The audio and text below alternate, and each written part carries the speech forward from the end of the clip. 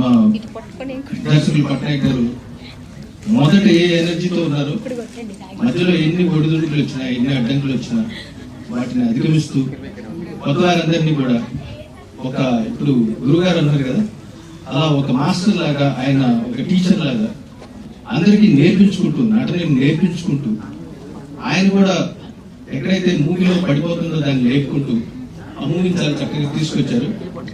ముఖ్యంగా ఈరోజు ఏంటంటే ఈ సినిమా బాగుంది అంటే మామూలుగా దీన్ని చాలా మంది బయట పోస్టర్లు చూశారు, చిన్న సినిమా అని అంటున్నారు.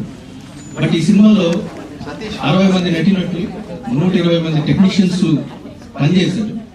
సో ఇది నేను ఒకరితో మాట్లాడినప్పుడు సినిమా అంటే సినిమానే సార్, పెద్ద చిన్న ఉండదు అని అన్నారు.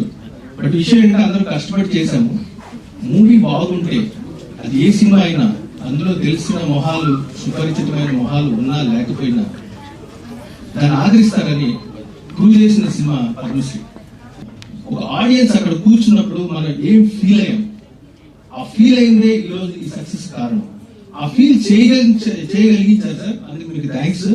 మీరు నిజంగా గుడ్ డైరెక్టర్ అని చెప్పడానికి మాకు అర్హత ఉందో లేదో కానీ బట్ చక్కగా మా అందరి చేత చేయించారు.